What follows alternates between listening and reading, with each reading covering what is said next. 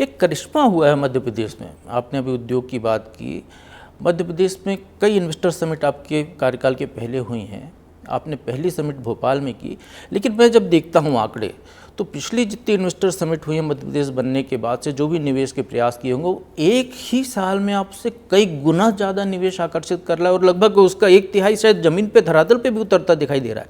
तो क्या वजह है, आखिर क्यों, कैसे विश्वास जीता आपने? देखिए, बहुत सरल है। हम अगर अपना जिस क्षेत्र में जैसे मैं आपको बताना चाहता हूँ, अकेले एक एमएसएमई सेक्टर की बात करता हूँ कि एमएसएमई सेक्टर में हमने कमिटमेंट किया कि हमारी नीतियों के बलबूते पर उद्योग क्षेत्र में आने वाले लोगों को ये अलग अलग प्रकार के लाभ देंगे। अब उनको जब हम एक तरफ उनको अलग प्रकार के लाभ की बात कही है, तो समय पे देना क्यों नहीं चाहिए। मुझे गर्व है कि लगभग 2.5 साल में 4,500 करोड़ का धनराशि हमने उनके खातों तक डीबीटी से पहुँचाई। बीच में कोई नहीं है, सीधा उद्योगपति। मुझे ध्यान में आता पंचशील वाले, वो पूना से अभी हम सुन रहे थे उद्योगपति कार्यक्रम में मिले थे। वो बोले कि भाई मैं तो भूल ही गया था कि मेरे पास ही, जब मैं अपना अकाउंट देख रहा कि मेरे पास 800 करोड़ का ही के आ गए। तो उन्होंने कहा ये तो 2019 मतलब उधर 17-18 में आने वाले थे, तो भूल ही गए थे कि वापस कोई देगा भी सही।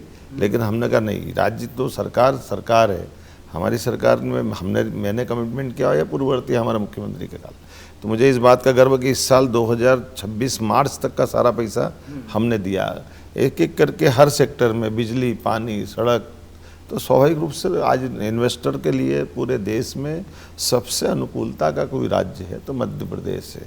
देश का भी हो, देश के बाहर का भी हो, राज्य के अंदर का भी हो, समान रूप से हम इस पर हर एक क्षेत्र में योजनाबद्ध तरीके से आगे बढ़ रहे हैं और उस पर काम कर रहे हैं। पिछला साल आपने जो है उद्योग और रोजगार वर्ष के तौर पर मनाया, तो हम देख रहे हैं कि बम्पर निवेश आया।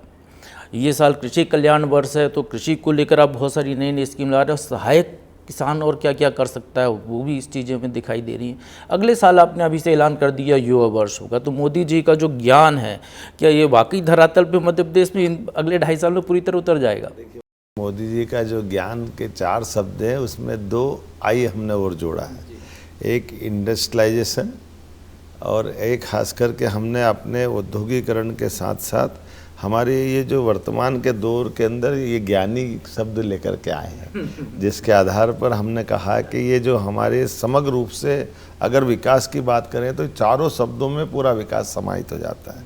उसी में चाहे किसान की बात हो, महिला की बात हो, युवा की बात हो, गरीब की बात हो, वाकई 4 पिलर्स में सारी बात आती। तो राज्य के लिए एक एक साल हमने टारगेट बनाकर लिया कि किसान की बात करें तो केवल कृषि विभाग नहीं बात करेगा, इसमें सहकारिता की बात भी आना चाहिए, पशुपालन विभाग भी होना चाहिए, मत्स्य उत्पादन भी होना चाहिए, सहकारिता भी होना चाहिए।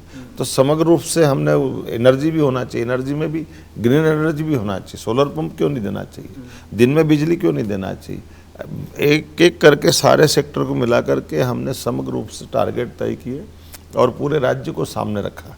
तो उसका लाभ हमको मिल रहा है। इसलिए जैसे बीते वर्ष हमने औद्योगिकरण की बात करी, तो उद्योग के लिए 1-2 जिले में केवल उद्योग लगे ठीक नहीं, तो पूरे प्रदेश को टारगेट करना चाहिए। मुझे इस बात का संतोष है कि हमारी इस योजना का बड़ा नीचे तक असर आया। और माननीय गृह मंत्री, प्रधानमंत्री जी ने उल्लेख किया कि इस मध्य प्रदेश के मॉडल को फॉलो करना चाहिए लोगों को, और उस कई जगह इस तरह का वापस वो सिलसिला प्रारंभ हुआ है।